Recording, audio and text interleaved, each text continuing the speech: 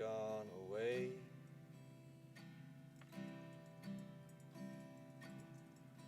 Nothing is as it has been, and I miss your face like hell. And I guess it's just as well, but I miss your face like hell.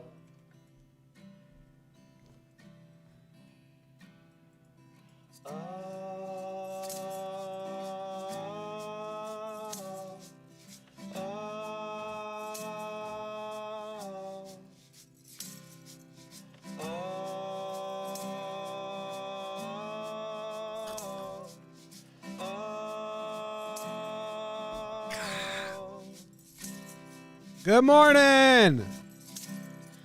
Happy Friday. It's the head and the heart.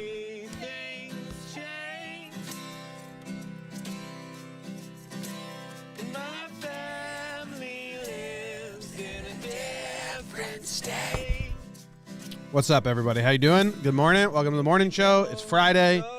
Everyone is having the best day they could possibly have on this September 4th. So congrats to everyone. You're doing great. Congrats. Let's see. Detroit Dabber says, I missed your face like hell, Jimmy. No show yesterday. Appreciate you. Not yelling at me? I don't know. Thanks. Tired, though. Thought I was going to be able to do it. Couldn't. Let me see. Good morning to Josh. Don't forget the intro. Welcome to the morning show. Bite-sized bits of everything I enjoy. Music. We talk about a random town, see what rabbit hole that leads to. Random baseball player. Check out their story. And then on Fridays, we do documentaries. Otherwise, we do books, usually poems. Good morning to Kevin, Steve, Vinny, Serena, Norm, BRTW. I'm going to call you Brit Steve, Dylan, Kevin. How's everyone doing? Someone in the Facebook chat said, bro, I grew up on Wyndmere by Sarah Adams. Freaked me out for a second. I thought you grew up in the town we're talking about. That's cool. North Dakota on Facebook. Justin, Callan, Dylan, what's going on? Todd Father, Enrique, hope you're feeling good, dude. Morning from South Australia, Josh Harkin. Where are you, Josh? Adelaide?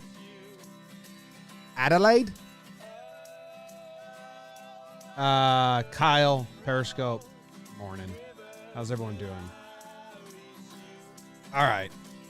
We got producer Anthony helped with the research today. Help lighten the load here on Morning Show, so I'm excited about that. We did a little bit together. The first thing we did, coming out today, talking baseball, Wake and Jake, talking Giants, talking Yanks, maybe other stuff. I did that real quick because I had this whole thing set up Wednesday to record so I could have a pre-recorded Thursday show. But then by the time I got it all set up, first pitch was 15 minutes away. And I was like, I can't do a show in 15 minutes. So we didn't. Thanks, Head and the Heart. Head and the Heart's first album is so good. I'm not the biggest fan of the rest of their stuff. Their first album, though, is so good. I love it from start to finish. All right. Town today is Wyndmere, North Dakota. It's 69 degrees, cloudy. That's some nice weather. I would enjoy that. Wyndmere, North Dakota. Cloudy. How about that? All right, so Ant and I went through Wyndmere, North Dakota. We went through the Wikipedia.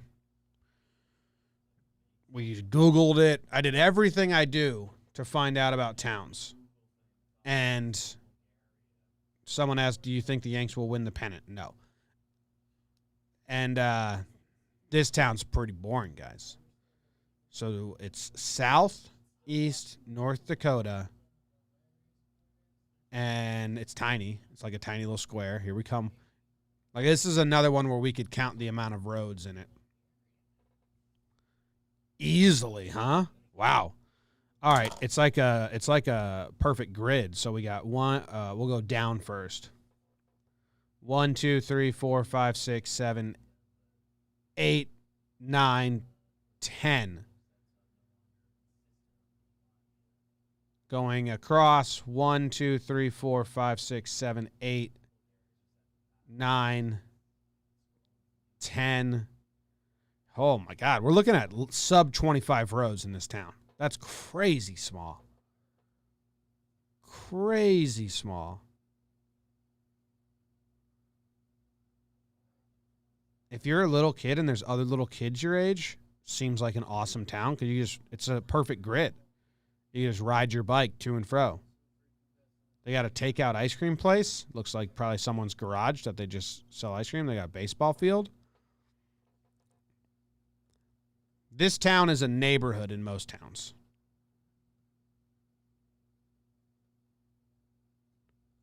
Crazy small. Yeah, so we couldn't find anything in this place. So what we did was, the rabbit hole it took us down was, there's this dude in the notable people. His name is Hans Langseth. Hans Langseth. Oh, here's some quick facts. Founded in 1883, named after Wyndmere, England. The population in 2010 was 429 people. Majority of the population are over the age of 25, and 30% were from 45 to 65. So there goes my dream about it being a little kid town. Enrique called it a 10 by 10 town. Yeah, pretty much. 10 across, 10 up and down, or across, up, whatever. All right, so Hans Nilsson Langseth. He's not from Wyndmere, actually. I think he just died there. Longest beard in recorded history. How about that? Longest beard in recorded history. Let's go and Google him. Pretty gross. Jack Passion ain't got shit on this dude. There he is in all his glory. Longest beard in recorded history. Looks like we have tufts of his beard. That's disgusting. Oh, my God. Ew. Ew. This is a picture of people jumping rope with his hair.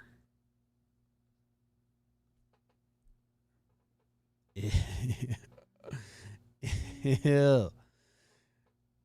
No way. So, Ant was telling me a little bit about this because he did the original research. Whoa, okay. Now we got Nazi stuff in our face. So this dude, Hans, he began sporting a beard in order to compete in local beard growing contests, as anyone who ever grows a beard does. No one knows if he won or not. Well, you know, his Wikipedia says longest beard in recorded history, so I'd take it that he won. Seems like a huge win. As the beard hair can only grow about 5 feet before dying off, he tangled the dead hair together in a coil so it would never shed. And that's how he kept the terminal length from never happening. A physical and forensic anthropologist told the Smithsonian magazine that the beard itself acts as a kind of timeline for Langseth's life. The brown parts represent his youth, while the yellowed parts represent his older years. Interesting. Yeah, you kind of have like if you look at the bottom of the beard, you're like, yeah, that's from my 20s. And then as you go up, you get older. Gross. You have to be a little eccentric to do this, Hunt told the Smithsonian. You think, Hunt? You think? You think you got to be a little eccentric to coil your dead beard hair so it stays growing long? Ugh.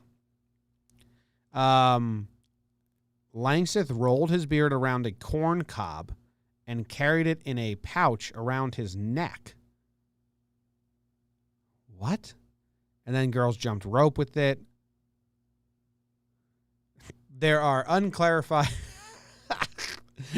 unverified claims that Langseth died by stepping on his beard and breaking his neck. I'll go ahead and verify that didn't happen right now for everyone. The dude didn't step on his beard and break his neck. That's a great story, though. According to his children, his final wish was to have his beard cut off and stored for posterity. Before his casket was buried, his son cut off his father's beard, with which Langseth had identified for most of his life. After being tucked away in the attic for too long, the son donated the beard to the Smithsonian Institute, where it was displayed as part of the museum's physical anthropology exhibition, all the way up until 1991. How old was he when he died? Ew. That was all pretty gross. He was born in Aidsville, emigrated to the United States in 1867. He began growing the beard at 19. So that hair at the very bottom is from when he was 19 years old. That is kind of crazy. He traveled around the United States as part of a freak show. Oh. He died at 81. So he had beard hair from 19 to 81. Talk about a keepsake. He died in Wyndmere, North Dakota. When he died, his beard was measured at 17 feet. No fucking way. 17 feet?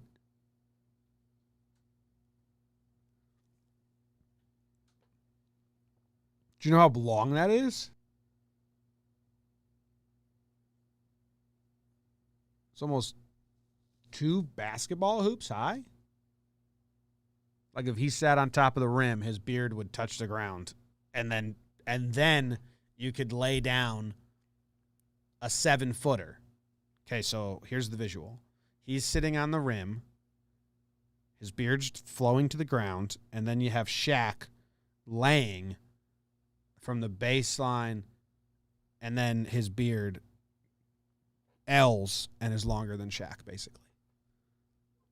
How come you guys didn't take that picture? Beard people. It's fucking probably a bestseller. Here's a website in a different language. Recordbach blit et welchent sin I bokleer worden over. Bolke I dag worden storste in samler av worden schrikhof. Ag favne det mesti. Finally, the Norwegians have a show they can listen to in the morning. Gross. I think so. That's the rabbit hole that Wyndmere took us down, which is pretty gross. And that's all I have to say about that. Next up, baseball player of the day is Thurman Tucker. Thurman Tucker. He was a center fielder. He played 9 seasons with the Chicago White Sox and the Cleveland Indians. 3-sport athlete in high school. He had a weird nickname. I was weirded out by his nickname, and his nickname was Joe E, which didn't make sense to me because that's a name. And dude had a name. You know what I'm saying? Like his name was Thurman Tucker and his nickname was Joe E. I was like, how did that happen? Well, they say he looked like Joe E. Brown, who was a comedian of the time. And you know what? He did look like Joe E. Brown. I will show you. Well, let me show y'all what I found here. Look. How do I show? Okay, goodbye. Okay. That didn't work either. That didn't work. None of this is working. What do I need to do here? Okay. Bam. Say goodbye to me. There he is. They do look alike. Joe E. So that was his nickname. Joe E. Brown. That's Joey Brown. That's him. That's me and him. They look alike. I get it. It says here that one of his minor league coaches wanted him to take up clowning because he looks so much like Joey Brown. One manager asked him to take up clowning due to his resemblance to Joey Brown and his nickname as a result, and Tucker objected because he said, "No, I'm a baseball player, so I don't need to be a clown." As my baseball coach, kind of a weird request for you to ask me to take up clowning. Trying to really work on my baseball skills, coach, if you don't mind. So he didn't take up clowning, much to everyone's chagrin. Partway through the 1943 season, Tucker's performance caught the eye of American League President Will Harridge, who noted him as someone the public came to watch in the absence of stars serving in World War II. So he's a really good replacement player. Congrats. Among Tucker's achievements during 1943 was a walk-off home run on July 26 to win a game against the New York Yankees 2-1. And then he was traded to the Indians. The Indians regarded Tucker as the finest defensive player in all of baseball. After retiring, he became an insurance agent. Oh, that blows. Wow. And then he became the Houston Astros' first scout. Probably hated being an insurance agent. You want me to just go watch baseball and tell you if a guy's good or bad? Sure. Easy. Sell insurance? No, thank you. Please don't make me do that. Let's look at his baseball reference. So we got... He did not play in 1945. He was an all-star in 1944. War season all-star. When was that walk-off they said against the Yankees? 2-1, July 26, 1943. Let's go to that game. 1943. In 1943, he was 25 years old. July 26. Holy smokes. If you think people are playing a lot of doubleheaders now, look at this stretch. Look at this stretch of games. From July 4th to July 25th, he played 2 games on July 4th, 2 games on July 5th, 2 games on July 10th, 2 games on July 11th, 2 games on the 17th, 2 games on the 18th, 2 on the 21st, 2 on the 23rd, 2 on the 24th, 2 on the 25th. Holy shit. So in 21 days, how many games did he play in 21 days? There were some off days there, so maybe help him. 23 games in 21 days, but there are some with some off days. That's insane.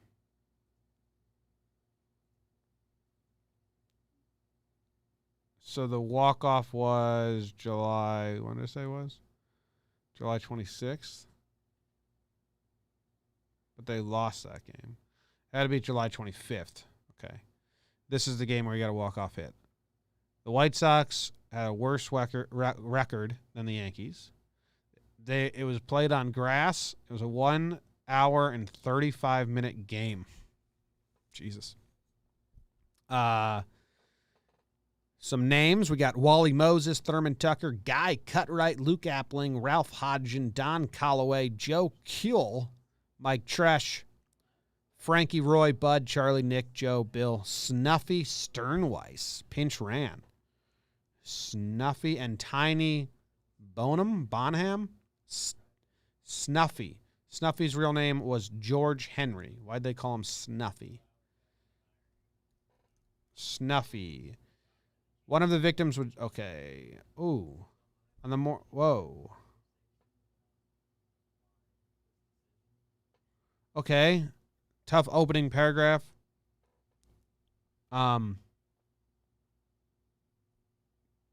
Jesus Christ, Jill. The death pod comes back at us. The first paragraph, I'm just looking at him to find out why his nickname was Snuffy, and the first thing we find is that he was on a train that ran off the tracks, plummeted, and everyone died, and he was on it. God damn it. Why'd they call him Snuffy? The Yankees assigned Sternweiss to the Norfolk Tars. The Sporting News, it was here that Sternweiss was first dubbed Snuffy. The paper reported that upon arriving in Newark, he produced an array of tobacco products. After watching him stuff his mouth with chewing tobacco and light up a stogie, teammate Hank Majeski quipped, "What, no snuff?" Since then, the paper noted he has been Snuffy the Bear. All right, cool. Tobacco-fueled nickname. And Tiny was 6'2" and 215 pounds, so maybe this was an ironic thing. Tiny Boehm's name was actually Ernest. He was known as Tiny, though he was anything but. Ironic nickname because he was 6'2" and weighed 200 pounds. A torso like a blacksmith. A torso like a blacksmith. Blacksmiths have notoriously large torsos? Is that a thing? Why would you need a big torso to be a blacksmith? Let's just Google image blacksmith and check out the size of these torsos.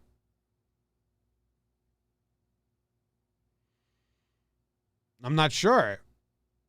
I'm not sure why you would say he has a torso like a blacksmith. But I'm not up to date on a lot of things, you know? So, guess that's my bad. Torso like a blacksmith. So where's our dude? What's his name? Thurman Tucker. He had a home run off Tiny, blacksmith torso dude, in the top of the ninth to win the game. 1-1 was the score. He had a home run. Congrats to him. Good job by him. Because blacksmiths got to be strong as hell. They hammer all day.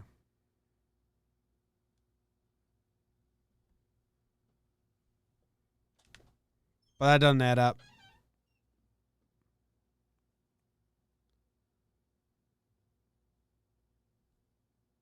But they're not saying he was like strong. You guys are saying that blacksmiths are strong. They didn't say he was strong. They said he was fucking big.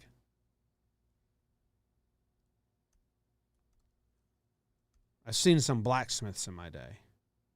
Oh, look at him. Here he is. There's Tiny.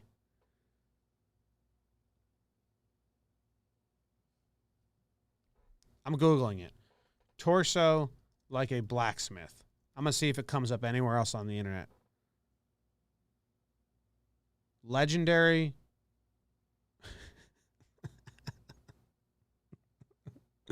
The pictures that come up are just like a you guys can't see these. All right, there he is. Got that guy. Look at these pictures that come up.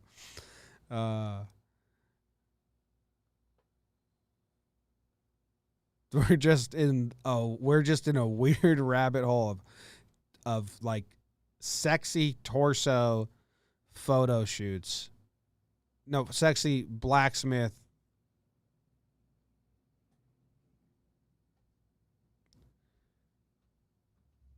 I'm out on this. You ever heard the saying torso like a blacksmith? I'm living it, baby. See, the chat would say that you don't have a torso like a blacksmith because they're saying it's a strong thing. But I think they used it as... there's a lot of power. There's just this layer of Sanjay Gupta around it. It's just water weight, though. Yeah. One good sweat. You sweat that right off. One good sweat. Okay. Victorious! Whoa. Don't tell them. Okay. All right. Jake has cultivated mass for his blacksmith upglow. Jake wouldn't last a day as a blacksmith. Hey! A day. Just cough and wheeze. And Jake has the over-under as an hour. Okay. I think that's the rest. I think that's the end of Thurman Tucker. And that's all I have to say about that. We're moving on to documentary. I don't know if I talked about this because I feel like I watched this back when I started the morning show in May, but I don't know how many people have watched. Whatever. Lewis and Clark. I read the book, so I think we've done some stuff from the book before. The documentary by Ken Burns, it's like a 2-parter, so I think it's 2 hours long. It's so good. It makes the story so much cooler than what you think you know about the Lewis and Clark expedition. Just so much cooler. And there's this cool part of the documentary where they talk about when they finally make it back. And the Lewis and Clark expedition was like, it was crazy. They took 40 people across the continent for 2 years. 40 people across the continent for 2 years. Only one person died, and it was of like food poisoning or natural. I think it was food poisoning or sickness. It wasn't hostility. They met up with so many different native tribes, grizzly bears, elements. They had to like carry everything up waterfalls. Then they made it all the way to Oregon and got snowed in, and they had to set up camp for the winter and stuff. And only one person died. It's like the most miraculous thing that they did it. And when they came back after 2 years, everyone just thought they had died besides Jefferson. And Jefferson sent them on this because, was it Lewis was his secretary? And he thought he was good. Anyway, crazy, crazy mission. The whole story of it is cool. Sacagawea part's cool. Like, did you know that I forget which one, Lewis or Clark, like adopted Sacagawea's kids after she passed away, and he like raised them as his kids, kind of. Like, I didn't know that part. Anyway, the coolest part is that Jefferson was like this big forward thinker. Like he had the ideas for airplanes before like that was close to existing, and he had the idea for steamboats before that was close to existing. I think, and he sent them on there, and he said, "Hey, if you see any animals, send those my way too. Let's see if we get any new creatures." And the amount of new creatures that Lewis and Clark found is like a crazy list that like had never been seen before. Prairie dogs. They saw like fields of prairie dogs, and they like spent a whole day of the journey just trying to capture one. They dug in a prairie hole 6 feet, but they couldn't find a prairie dog. So then they said, all right, we'll flush one out. So they would go back to the river, get buckets of water, and pour them down the holes, buckets of water, pour them down the holes, spent a whole day until they finally flushed one out, trapped it, caged it, and sent it back to Jefferson. Like, check out this shit we found. Jefferson was like, okay, cool. Prairie dog. It made it. It made the trip. So there's this scene in the documentary, or this part. Sometimes I just want to be part of the chat. What are you guys talking about?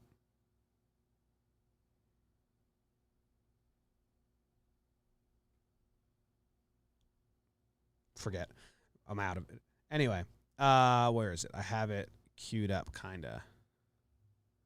Where there's this scene, and all the historians are nerding out, just like I would be, about when they finally made it back, and they had this big ceremony. Every town that the guys Lewis and Clark and the expedition like came through, like threw them a fucking party. Like they were like the biggest heroes of their time. And then after a party, they finally get to Jefferson, and they like sit down in the room, and they're like, "Here's what we found." And all the historians are nerding out, like, I can't imagine. Here's them talking about it. To hear from them what it was that they had seen. Congress awarded the men double pay and 320 acres of land for their services. The captains got 1,600 acres. Finally, Lewis reported personally to the president who had sent him across the continent. Unfortunately, we have no record of their first meeting. Neither Lewis nor Jefferson ever wrote about it. We do know they got down on their hands and knees with Clark's map in the Oval Office. Oh, what a moment that must have been for Jefferson. You'd like to imagine Lewis saying, in here's where we saw 10,000 buffalo, and over here where the grizzly bears chased us off a riverbank. And then he would have had to get to this point where he said, and you remember that little half-day portage that we were all expecting to find? Well, sir, Mr. President, it's a couple of 100 miles of impenetrable mountains. There isn't an easy water route across our continent. That had to be a shock and a disappointment to Jefferson. But at the same time, as a scientist and as a man of the Enlightenment, on the other hand, he's got all this other information, and I think that had to compensate for it. Jefferson was a man who could never get enough knowledge and could never get enough information. Meriwether Lewis brought him at that first meeting more new information and more knowledge than he ever got in his life in one brief period like that. And there's no record of it. Oh, if there'd have been a tape recorder in the Oval Office. Yeah, so that's basically it.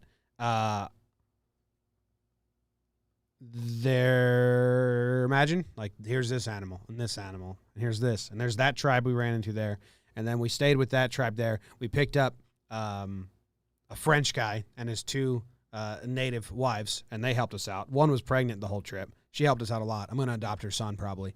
So then he dropped all of our maps into the river there. This is where we ran into a waterfall. We thought it was going to be one day. It took us like 12 days. Crazy journey. Like not being able, just like having to like retell that. Jefferson was probably just like, what? He's probably jealous. I wish I did that. That's cool. It's like 2 hours long. If you're into old man, boring history docs, check it out. I think it's on Amazon if you have Amazon Prime. Can you domesticate a prairie dog, or would it just try to burrow everyone? There was a guy in Dodge City Prairie Dog Joe, was that his name? There was a guy.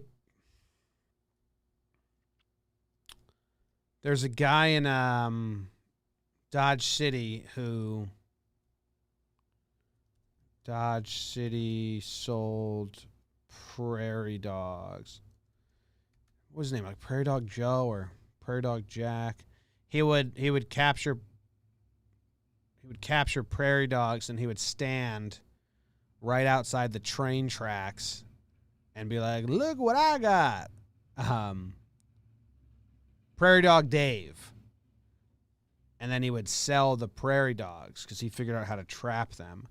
And so people would buy them then. I don't know if they I don't know like what they did with them. Prairie Dog Dave was his name, I believe. And then people saw that he was selling and making money off catching and selling prairie dogs as like cute little creatures.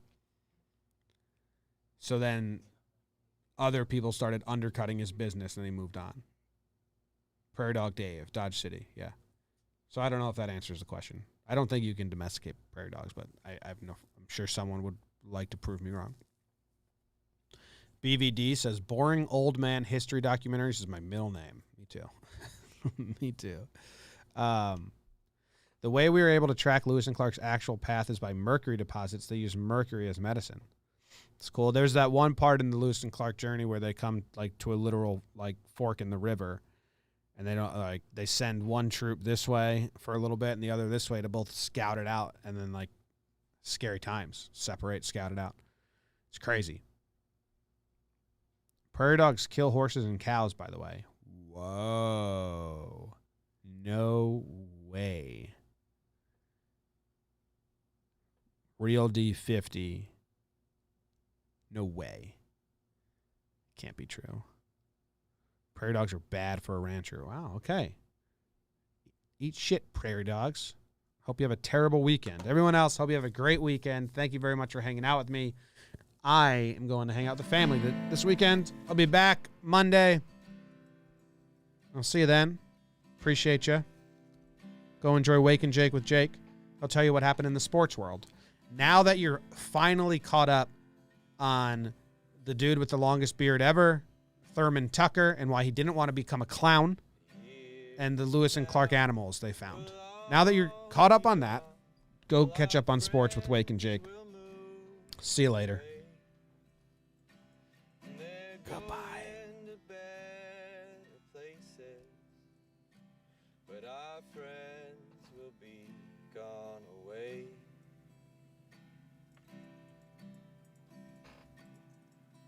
Nothing is as it has been, and I miss your face like and I guess it's just as well. But I miss